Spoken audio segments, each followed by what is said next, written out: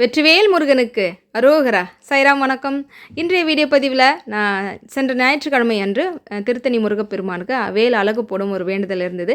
அது நல்லபடியாக போய் செய்து முடிச்சுட்டு வந்தேன். அப்போது அங்கே நடந்த நிகழ்வுகள், இந்த வேல் போடுறதுக்கு உண்டான காரணம், இதெல்லாம் நிறைய விஷயங்கள் உங்ககிட்ட நான் இன்றைக்கி பகிர்ந்துக்க போகிறேன்.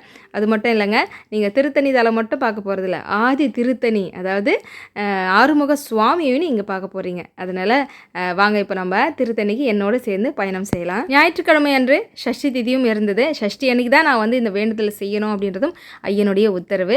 அது என்ன நடந்தது என்றதெல்லாம் நான் நேரில் நாளைக்கு உங்ககிட்ட பகிர்ந்துக்கிறேன், சரியா? ஞாயிற்றுக்கிழமைக்கு காலையில் ஒரு 4:30 மணிக்கெலாம் வீட்டிலேருந்து கிளம்பிட்டோங்க. ஏன்னா அன்றைக்கி சஷ்டியா, சும்மாவே நமக்கு கூட்டம் இருக்கும், அன்றைக்கி எப்படி இருக்கும் என்னன்னு தெரியலேன்றதுனால கிளம்பிட்டோம். கிட்டத்தட்ட ஒரு 7:30க்கெலாம் நாங்கள் திருத்தணி கீழே ரீச் ஆகிட்டோங்க. நாங்கள் வண்டி ஏறக்கூடிய பாதை வழியாக போகல, ஏன்னா படி வழியாக இருந்து தான் நாங்கள் போகணுன்றது என்னுடைய வேண்டுதல். அதனால் நாங்கள் படி ஏறத்துக்குண்டாக அங்கே போயாச்சு. அங்கே போனதுமே அம்மன் கோவில் இருந்தது. அதனால் அம்பாலையும் முதல்ல பார்த்துருவோம் அப்படின்னு சொல்லிட்டு கிளம்பிட்டோம். நம்ம கையில் நம்ம கார்த்திகேயனும் கூட வந்துக்கிட்டு இருக்காரு. அப்பா, அவர் என்னங்க இவ்வளோ அற்புதம் பண்ணுறாரு, எங்கே நினைக்கிறாரு அங்கெல்லாம் போய் அழகாக அவர் நின்று ஒரு ஆரத்தியை வாங்கிடுறாரு. எல்லா சன்னிதானத்துக்கும் உள்ளே போயிட்டு வந்துடுறாரு. அவருடைய அவ்வளோ சக்தி, அவ்வளோ பவர் வச்சுருக்காருங்க அவர். அழகாக அவரையும் தூக்கிட்டு அம்பாலை நல்ல தரிசனம், காலையிலே போய் அம்பாலை நல்ல தரிசனம் பண்ணி முடிச்சுட்டு இப்போ நேராக கொலக்கரைக்கிட்ட தான் வந்துக்கிட்டு இருக்கோம். குளத்தில் நம்ம தண்ணி எடுத்து தெளிச்சிக்கிட்டு அங்கேருந்து பக்கத்தில் சிவன் கோவில் இருக்கு இல்லையா, அங்கே போய் அங்கேருந்து தான் நம்ம வேல் போட்டுக்கிட்டு அழகு போட்டுக்கிட்டு நான் படியேறக்கூடிய ஒரு வேண்டுதலுங்க. காலையில் அவ்வளோ சீக்கிரத்துலேயே நிறைய பேர் காவடி எடுக்கிறதுக்காக வேண்டி வந்திருந்தாங்க. குளக்கரையில் நீராடிட்டு காவடி எடுத்துகிட்டு போயிட்டு இருந்தாங்க. நானும் குளக்கரையில் தண்ணி எடுத்து தெளிச்சிக்கிட்டு நம்ம கார்த்திகேயனை கூட்டிகிட்டு போய் தெளிச்சிட்டு அங்கேருந்து நாங்கள் கிளம்பிட்டோம். அதாவது இப்போ சிவன் கோவில்கிட்ட வரோம். இப்போ அழகு நான் படிக்கட்டுக்கிட்ட இருந்து போட்டுட்டு போகணுன்னு தான் நான் நினச்சிட்டு இருந்தேன். ஆனால் அழகு போடக்கூடிய அந்த தம்பி நம்ம சிவன் கோவிலேருந்தே போட்டு கொண்டு போயிடுவோம், நீங்கள் ஆனால் அங்கேயே வரேங்க்கா அப்படின்னு சொல்லிட்டாங்க. அழகு போகிறதுக்கு உண்டான அந்த யார் போடுறாங்க, அங்கே என்ன விதிமுறைன்றதெல்லாம் நான் உங்களுக்கு சொல்கிறேன், சரியா? படியேறி செல்கிறதுக்கு முன்பு நீங்கள் வரீங்க அப்படின்னா கண்டிப்பாக இங்கே நம்ம சிவபெருமானையும் அழகாக தரிசனம் செய்துட்டு இங்கேருந்து நீங்கள் படியேறி போங்க. அது ரொம்ப விசேஷம். ஏன்னா சிவனின்றி முருகன் இல்லையே, அதனால் எப்போவுமே அது மறவாமல் நீங்கள் சிவன் கோயில் தரிசனம் செய்துட்டு போங்க. எனக்கு இது கிட்டத்தட்ட 1 வருஷம் ஆகுதுங்க இந்த ஒரு வேண்டுதல் வச்சு. என்ன வேண்டுதல், எப்படி ஒரு இக்கட்டான சூழ்நிலையில் என்னை முருகன் வேண்ட வச்சார்னதில் நான் நாளைக்கு சொல்கிறேன், வீடியோ பதிவில் சொல்கிறேன். இப்போது வேல் அழகு போடணுன்றது முடிவு மட்டும் தான் எனக்கு இருந்தது. ஆனால் பால் குடமும் நான் எடுக்கணும் அப்படின்றதும் ஐயனுடைய உத்தரவாக இருந்துச்சுங்க. அதுக்கேற்ற மாதிரி பால் குடம் எடுக்கிறதுக்கு கொண்டு வந்துட்டேன். என் கணவர் மாலை போட்டு விட்டாங்க. இது வரைக்கும் நம்ம முன்ன பின்ன இந்த அழகு போட்டது இதெல்லாம் எதுவும் கிடையாது, எதுவும் தெரியாது. என் கூட அக்கா வந்திருந்தாங்க 2 பேர். என்னுடைய ஓரகத்தி நித்யா அக்கா வந்திருந்தாங்க. அதுக்கப்புறம் இன்னொரு அக்கா தனலட்சுமி அக்கா, 2 பேரும் வந்தாங்க. மிகப்பெரிய உதவியாக எனக்கு கூடவே இருந்தாங்க. லக்ஷ்மண் விஸ்வாக்கெலாம் கராத்தே கிளாஸ் இருந்தது. அதுவும் நம்ம காலையில் நேரமாக கிளம்புனதுனால அவங்கள கூட்டிகிட்டு போக முடியல, அவங்கள விட்டுட்டு தாங்க கிளம்பி போயிட்டோம். இங்கே பாருங்கள், ஐயன் விட்டார். ஐயன் என் முகத்தில் பாருங்கள், ஒரு பயம் கலந்த ஒரு உணர்வு இருக்கா? உண்மையாக சொல்கிறேன், அது நிறைய விஷயம் நடந்தது. நான் நேரில் அவங்கள பார்த்து தான் நம்ம பேசணும், அதை நான் நாளைக்கு சொல்கிறேன். அதாவது சதீஷ், இவர் தான் நமக்கு அழகு போட்டிருந்தார். அவர் மிகப்பெரிய உண்மையாகவே ரொம்ப ரொம்ப அருமையான ஒரு முருக பக்தர். அவரை காமிச்சதுமே முருகன் தான், திருத்தணி முருகன் தான். அவர் வந்த உடனே அந்த வேல் கையில் கொடுத்தாரு பாருங்கள். அவ்வளோ நேரம் என்ன ஏதோ ஒரு பயமும் இல்லை. அந்த வேலை கையில் வாங்கினது அடி வயிற்றில் ஒரு பயம் வந்துச்சு பாருங்கள். எதையுமே நம்ம கண்ணு கொண்டு வரக்கூடாது, முருகா முருகா முருகான்ற நாம மட்டும் சொல்லிக்கிட்டே இருந்தேன். அந்த வேல் அழகாக போட்டு ஒன்றும் நமக்கு வலியெல்லாம் எதுவுமே இல்லைங்க. ஐயனோட பேர் சொல்லும்போது நமக்கு வலி வருமா? அழகு போட்டு முடிச்சதும் அதுக்கப்புறமா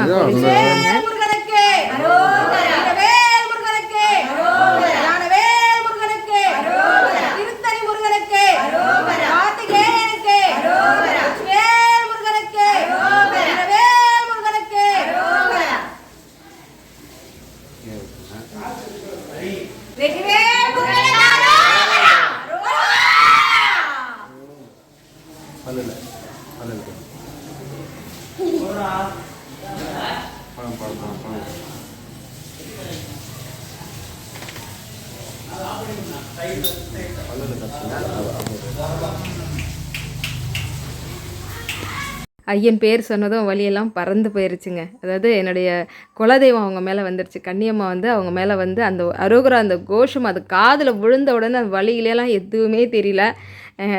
என்ன சொல்கிறது, என் குலதெய்வம் அவ்வளோ கூட எனக்கு உறுதுணையாக இருந்தாங்கன்னு சொல்லலாம். அழகாக அழகு போட்டதும் பால் குடம் எடுத்துக்கிட்டாச்சு. கோவில் நம்ம சிவன் கோவிலை வந்து ஒரு சுற்று வலம் வந்து அதுக்கப்புறம் நான் படிக்கிட்ட போக ஆரம்பிச்சிட்டேன். படிக்கிட்ட போய் கற்பூரம் ஏற்றி நம்ம வணங்கிட்டு அதுக்கப்புறமா படியேற ஆரம்பிச்சிட்டேன். கூடவே என்னுடைய கார்த்திகையனை தூக்கிட்டே கிளம்பியாச்சு.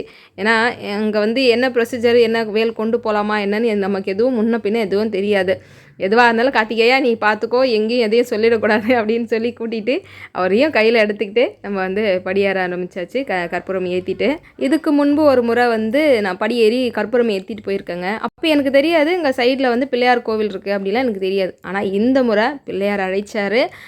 என்ன சொல்கிறதுங்க, ஒவ்வொரு தடவையும் பிள்ளையாரோட அனுகிரகம் அப்படியே நிறைஞ்சு இருந்ததுன்னு சொல்லலாம். இங்கே தான் அங்கே நம்ம மேலே ஏறி கொஞ்சம் தூரம் போன உடனே ரைட் சைடில் வந்து ஒரு சின்ன குகை மாதிரி உள்ளே போச்சு. அதுவுமே கோவில், அதாவது என்ன சொல்கிறது, படிக்கட்டு அந்த மலைக்குள்ளே குடஞ்ச மாதிரி தான் இருந்தது. சரி உள்ளே போவோமேன்னு போனால் பிள்ளையார் இருக்காரு, சாயப்பா இருக்கிறாங்க. எனக்கு கண்ணே கலங்கிருச்சு. அப்பா என்ன ஒரு தரிசனம் அப்படின்ற மாதிரி. பிள்ளையார் நல்லா அழகாக இருக்காருங்க, சூப்பராக. அதாவது மலைக்குள்ளேயே அந்த குடஞ்சா மாதிரி இருந்தார். பிள்ளையாரை பார்த்தாச்சு, ரொம்ப சந்தோஷம். அங்கேயும் போய் பாருங்கள், ஜம்மு நம்ம கார்த்திகேயனை வச்சாச்சு. பிள்ளையார் இறுக பிடிச்சிக்கிறார் தன்னுடைய தம்பியை அப்படின்னு சொல்லலாம். எனக்கு கூடுதல் மகிழ்ச்சி. என்னுடைய குரு அங்கே பாபா இருந்தது, அப்படி ஒரு சந்தோஷம். அழகாக வணங்கிட்டு அங்கேருந்து வந்து படியேற ஆரம்பிச்சிட்டோம். ஒரு 10 நிமிஷம், ஒரு 1/4 மணி நேரத்தில் அங்கே படியேறிட்டோங்க மேலே. கொஞ்சம் தூரம் வந்து நம்ம கார்த்திகேயனை தூக்கி இடுப்பில் வச்சுக்கிட்டு நடக்கணும்னு ஆசை. ஒரு பக்கம் பால் குடம் பிடிச்சிக்கிட்டு, ஒரு பக்கம் கார்த்திகேயனை பிடிச்சிக்கிட்டு நடக்கணும் அப்படின்றது எனக்கு வந்து என்ன சொல்கிறது, வலி இதெல்லாம் ஒரு பக்கம். ஆனால் இன்னொன்று சொல்கிறேங்க, எனக்கு வந்து கால் வலி பிரச்சனை இருக்குது. அந்த வலியெல்லாம் எங்கே போச்சுன்னு தெரியல. இதுக்காகவே நம்ம பழனி படியை வந்து ஏறலாம் போல், திருத்தணி படியை ஏறலாம் போல். இந்த வலியெல்லாம் காணாமல் போயிருங்க. வீட்டில் இருந்தால் தாங்க 1008 வலியெல்லாம் நமக்கு தெரியுது. ஐயனை தூக்கிட்டு படி ஏற ஆரம்பிச்சிட்டேன். இதில் என்னென்னா, என்னுடைய கணவர் வந்து வண்டி கொண்டு போயிருந்தோம்னால நான் வண்டியை வந்து மேலே பார்க் பண்ணிவிட்டு நான் வந்துடுறேம்மா, நீங்கள் படியேறி வந்துடுங்க, நாங்கள் நிற்கிறேன் அப்படின்னு சொன்னார். ஆனால் அவ்வளோ காலையிலுமே போனதுனால கூட அங்கே வண்டி பார்க்கிங்க்கு இடமே இல்லாமல் அவரால் வரவே முடியலங்க. நான் வந்து இப்போ அதாவது படி ஏறி வந்துட்டேன். கோவில் வந்து ஒரு சுற்றி வந்துட்டேன். அதாவது பால் குடம் எடுத்துகிட்டு ஒரு சுற்றி வந்துட்டேன். 2வது சுற்றும் சுற்றி வந்துட்டேன். அவ்வளோ பெரிய கோவில், பால் குடம் எடுத்துகிட்டு அழகாக சுற்றி வந்துட்டேன். அப்போவுமே அவர் வரல. ஃபோன் பண்ணி இந்த மாதிரி ரொம்ப டிராஃபிக்காக இருக்குது, எனக்கு எங்கே வண்டி நிறுத்துறதுன்னே தெரியல, உன் கூட வந்து சாமி பார்க்க வருவேனா இல்லையானே தெரியலன்னு அவர் பாட்டுக்கு ஒரு பக்கம் ஃபோன் பண்ணி சொல்லிகிட்டே இருக்கார். எனக்கு என்ன பண்ணுறது முருகா, அவர் வந்தால் தானே அப்படின்னு மனசுக்குள்ளே. சரி 3வது சுற்று வந்து நம்ம கார்த்திகேயனை வச்சுக்கிட்டு சுற்றணும் அப்படின்னு. உன்னால் முடியுமா? நாங்கள் அக்கா இல்லை நான் பார்த்துக்கிறேன், என் கூட நீங்கள் வாங்க, அப்பப்போ கை மட்டும் எனக்கு மாற்றி விட்டால் போதும் அப்படின்னு ஐயனை தூக்கி இடுப்பில் வச்சுக்கிட்டு நடக்க ஆரம்பிச்சிட்டேன். மனசுக்குள்ளே இருந்த இந்த வலி, வேதனை, கஷ்டம் எல்லாமே ஒரு பக்கம் போயிடுச்சு. எனக்கு ஒரே ஒரு வேண்டுதல் மட்டும்தான். நம்ம கார்த்திகேயனை பார்த்து பல பேர் வேண்டிக்கிறீங்க. எல்லாருக்கும் கேட்ட வரங்களை என் ஐயன் வந்து கொடுக்கணும். அதுக்கான சக்தியை திருத்தணி முருகா என் கார்த்திகேயனுக்கு இன்னும் நீ உருகேற்றி சக்தியை கொடுக்கணும் அப்படின்ற ஒரு வேண்டுதல் வச்சுக்கிட்டு தான் நான் அழகு போட்டுக்கிட்டு அந்த அழகோடவே நான் கார்த்திகேயனை வச்சு தூக்கணும் அப்படின்னு நடக்க ஆரம்பிச்சிட்டேன். பல பேர் வந்து குழந்தைங்க பெரியவங்கன்னு பார்க்காம நிறைய பேர் வந்து ஆசீர்வாதம் வாங்கிட்டாங்க. எல்லாருக்கும் நமக்கு வந்து ஆசீர்வாதம் செய்திருந்தேன்.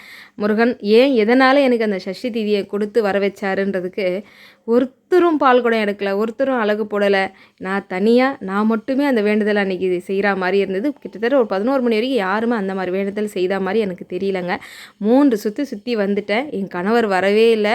மனசுக்குள்ளே என்ன முருகா அப்படின்னு நினச்சிட்டு இருக்கேன். சொன்னால் நம்ப மாட்டீங்க, அடுத்த நிமிஷமே வந்து நிற்கிறாரு. திடீர்னு இடம் கிடச்சிது, பார்க் பண்ணிட்டு வந்துட்டேன் அப்படின்றாரு. வெற்றிவேல் முருகனுக்கு அரோஹரா. அதுக்கப்புறமா நம்ம கார்த்திகேயனை கொண்டு போய் நம்ம வேல் பக்கத்தில் வச்சுட்டு விபூதி கொண்டு அர்ச்சனை செய்துட்டு அதுக்கப்புறம் நாங்கள் பால் குடமும் வேலும் எடுத்துக்கிட்டு நாங்கள் உள்ள லைனில் போய் நின்றுட்டோம். சரியான கூட்டம் ஒரு பக்கம். நாங்கள் பொது தரிசனத்தில் தான் போயிருந்தோம். அப்படி போனால் மட்டும்தான் நம்ம ஐராவதம் வந்து பார்க்க முடியும். அதனால் எவ்வளோ கூட்டம் இருந்தாலும் பரவாயில்ல, நம்ம வந்து பொது தரிசனத்தில் போவோம் அப்படின்னு சொல்லி நின்றுட்டேன். இந்த பால் குடம், இந்த தேங்காயெல்லாம் நம்ம உள்ளே கொண்டு போயிட்டோம் அப்படின்னா பால் வந்து அபிஷேகத்துக்காக நம்ம கொடுத்துடலாம். அங்கே வந்து வச்சுருப்பாங்க. ஐயர்கிட்ட நீங்கள் சொல்லிடுங்க முன்கூட்டியே. சொன்னல பிள்ளையாரை அவங்க தம்பியை விட மாட்டுறாரு. நான் எங்கே வச்சுருக்கேன் பாருங்கள், கொடிமரம் பக்கத்தில், பிள்ளையார் பக்கத்தில், நம்ம ஐராவதம் பக்கத்தில் நம்ம கார்த்திகேயனை வச்சுருக்கேன். இது யாருக்காவது வாய்ப்பு கிடைக்குமா? அங்கேயும் பெரிய அற்புதம் தான் நடந்தது. வரிசையை போய்கிட்டுருக்கு. அந்த வரிசையில் திடீர்னு ஒரு தடவை நம்ம வேல்மாரல் பூஜை செய்துட்டு வந்தப்போ கட் பண்ணி விட்டாங்க பாருங்கள். அந்த நேரம் போல் அந்த கேட்டை ஃபுல்லாக ஓப்பன் பண்ணிவிட்டு இந்த லைனில் போக சொல்லுவாங்க. அதே போல் போனோம். அங்கே போனதும் ஐராவதம் தொட்டு வணங்கிட்டு பிள்ளையார்கிட்ட வச்சு எடுத்துக்கிட்டு நல்லபடியாக உள்ளே போய் ஐயனை நல்ல கண் குளிர தரிசனம். அம்பாள் ரொம்ப அழகாக இருந்தாங்க. அம்பாள்லாம் வந்து வெள்ளி காப்பில் இருந்தாங்க. ஐயன் வந்து தங்கமாக புதுசாக இருந்தது. இது வரைக்கும் திருத்தணி முருகன் அப்படி பார்த்ததே இல்லை. புதுசாக இருந்தார். அவர் அழகாக தரிசனம் பண்ணிவிட்டு அதுக்கப்புறம் நம்ம உற்சவர்கிட்ட கார்த்திகேயன் போயிட்டு வந்தார். அங்கே ஒரு அற்புதமும் பிள்ளையார் நிகழ்த்தினார். இதெல்லாம் நான் உங்களுக்கு நாளைக்கு நேரில் வந்து சொல்கிறேன். நல்லபடியாக தரிசனம் செய்து முடிச்சுட்டு வெளியே வந்தவரும் பானகம் சூடாக பானகம் கொடுத்தாங்க, சக்கரை பொங்கல் கொடுத்தாங்க. அதையெல்லாம் சாப்பிட்டுட்டு கீழே வந்துட்டாங்க. கிட்டத்தட்ட 10 மணி ஆயிடுச்சு. வெளியே வந்த உடனே எனக்கு வெங்கட்ராம் அப்பா சொன்னார், அங்கே பக்கத்துலேயே ஆதி திருத்தணி, அதாவது முருகப்பெருமான் சூரனை வதம் செய்த பிறகு நேரடியாக இங்கே திருத்தணி மலையில் வந்து நின்னதாக சொல்கிறாங்க இல்லையா? கிடையாதான். முதல்ல வந்து நின்னதுன்னா இந்த இடம் தான். அதுதான் ஆதி திருத்தணி. இங்கே இருக்கக்கூடிய சுவாமியோட பேர் ஆறுமுக சுவாமி. வள்ளி தேவையனோட ரொம்ப அற்புதமாக காட்சி கொடுக்குறாருங்க. அழகுன்னா அழகு, அப்படி ஒரு அழகு. நம்ம திருத்தணி முருகனை வந்து அவ்வளோ கிட்டத்தில் பார்க்க முடியாதுல்ல, ஆனால் அந்த குறையை நீங்கள் இங்கே தீர்த்துக்கலாம். பக்கத்துலேருந்து அருகாமையிலேருந்து பார்க்கக்கூடிய ஒரு வாய்ப்பு. எவ்வளோ அழகு தெரியுமாங்க, அவ்வளோ கண்கொள்ளா காட்சியாக இருந்தது. இந்த இடம் வந்து இது வரைக்கும் நம்ம யாருக்குமே பல பேருக்கு தெரிஞ்சிருக்க வாய்ப்பு இல்லை. மலையிலேருந்து இறங்கி கிட்டத்தட்ட 1 கிலோமீட்டர் தூரத்துலேயே பக்கத்துலேயே ஆதி திருத்தணி ஆறுமுக சுவாமி நீங்கள் கேட்டிங்கன்னா வழி சொல்லிடுவாங்க. கூகுளில் போட்டாலும் காமிக்குதுங்க. அங்கேருந்து போனதுமே கரெக்டாக அபிஷேகம் முடிஞ்சு அலங்காரம் நடந்துகிட்ருக்கு. இங்கே பாருங்கள், இங்கேயும் ஐராவதம் இருக்குது. ஆனால் இங்கே ஐராவதம் வந்து ஐயனை பார்த்தவாறு இருக்குது. இது ரொம்ப விசேஷம். அதனால் அங்கேயும் கார்த்திகேயனை வச்சுட்டு அங்கேயும் பிள்ளையார் பெரிய அற்புதம் நிகழ்த்தினார். அங்கே பக்கத்தில் பெரிய பிள்ளையார் இருக்காருங்க. அவருக்கு வந்து அபிஷேகம் செய்ய போகிறாங்க போல். இப்போ அபிஷேகம் செய்கிற கொஞ்ச நேரத்துக்கு முன்னாடியே ஐயன் மேலே இருக்கக்கூடிய சந்தன குங்குமம் இருக்குல்ல, அவ்வளோத்தையும் கொண்டு வந்து ஐயர் நேராக என் கையில் கொடுத்துட்டாருங்க. அவ்வளோ பேர் இருக்காங்க. ஆனால் பிள்ளையார் பார்த்தீங்களா, அழகாக கொண்டு வந்து அவர் என்ன சொல்கிறது, அவர் சொல்லாமல் இவர் செய்ய முடியுமா? அவ்வளோ சந்தன குங்குமத்தோடு கொண்டு வந்து என் கையில் கொடுத்தாரு. ரொம்ப சந்தோஷமாக இருந்தது. இங்கே வந்து பன்னீர் விட்டு அபிஷேகம் செய்து முடித்த உடனே அங்கே வந்து கரெக்டாக 11:30 மணி டைம் பாருங்கள், 12:15 தான் ஓப்பன் பண்ணாங்க நம்ம சுவாமி தரிசனம். அவ்வளோ நேரமும் அது வரைக்கும் எனக்கு பேசுறது கொஞ்சம் சிரமமாக இருந்தது. ஆனால் அந்த 3/4 மணி நேரமும் சிறப்பான பாடல், எனக்கு தெரிஞ்ச திருப்புகள் எல்லாத்தையும் பாராயணம் செய்து ஐயனை வந்து கண்குளிராக பார்த்தேன். இது வந்து நம்ம கூகுளில் எடுத்த ஃபோட்டோ. உங்களுக்கு வந்து அந்த அமைப்பை உங்களுக்கு காமிக்கிறேன். ஆனால் இவருக்கு அழகான அலங்காரம், சந்தன அலங்காரம் செய்தால் எப்படி இருக்கும், அதுதான் நாங்கள் நேரில் அங்கே பார்த்தோம். இவர்கிட்டயே நம்ம கார்த்திகேயன்னு வச்சு எடுத்தாச்சு. அப்படியே நம்ம பிள்ளையார் பக்கத்துலேயே போய் அழகாக அமர்ந்துட்டார். நல்ல சிறப்பு தரிசனம். அங்கே அந்த கோவில் சுற்றி வரும்போது அகத்தியர் இருந்தார். அங்கே அகத்தியர் பக்கத்துலேயும் நம்ம கார்த்திகேயனை வச்சாச்சு. நல்ல சிறப்பான தரிசனம். ஒரே நாளில் 2 முருகப்பெருமான் 2 பேரும் சக்தியை வந்து பார்த்தாச்சு. மிகப்பெரிய ஒரு பாக்கியம் கொடுப்பன. நான் என்ன வேண்டுதல் வச்சுருந்தேன், ஐயன் அதை வந்து எப்படி நிறைவேற்றினார். இந்த வேண்டுதல் நான் செய்தே ஆகணும், இந்த நாளில் தான் செய்யணுன்றதை ஐயன் எப்படி எனக்கு வந்து அருள்வாக்காக கொடுத்தாருன்றதை நாளைக்கு வந்து சொல்கிறேன். முக்கியமாக இன்னொரு விஷயம், நமக்கு அந்த வேல் போடக்கூடிய அந்த தம்பியை காமிச்சதுமே முருகர் தான். ஏன்னா நம்ம சாதாரணமாக போய் போற்ற முடியாது இல்லையா? ரொம்ப அற்புதமாக அழகாக என்ன சொல்கிறது, அந்த வேலையை தெய்வ நம்பிக்கையோடு அவ்வளோ அழகாக வந்து செய்தாங்க. அவர் வந்து ஆச்சரியரும் கூட. அவருடைய பேரும் நம்பர் வந்து நான் கீழே கொடுக்குறேன். நீங்கள் திருத்தணிக்கு போகிறீங்க, இந்த மாதிரி அழகு போடுற வேண்டுதல் இருக்குன்னா கண்டிப்பாக நீங்கள் இந்த அண்ணனை கான்டாக்ட் பண்ணி நீங்கள் வந்து தைரியமாக போட்டுக்கோங்க. எந்த விதமான உங்களுக்கு வந்து பயமும் வேண்டாம். ஐயன் இருக்கார், அவ்வளோதான். சிறப்பாக பண்ணிடுங்க. உங்களுக்கு வேறு எதுவும் சந்தேகம் இருக்குன்னா கீழே எனக்கு கமெண்ட் பாக்ஸில் சொல்லுங்கள். இதுக்கெல்லாம் நாளைக்கு வந்து நான் உங்களுக்கு வீடியோ பதிவு கொடுத்துட்றேன். வேல் முருகனுக்கு அரோகரா, திருத்தணி முருகனுக்கு அரோகரா, கார்த்திகேயனுக்கு அரோகரா.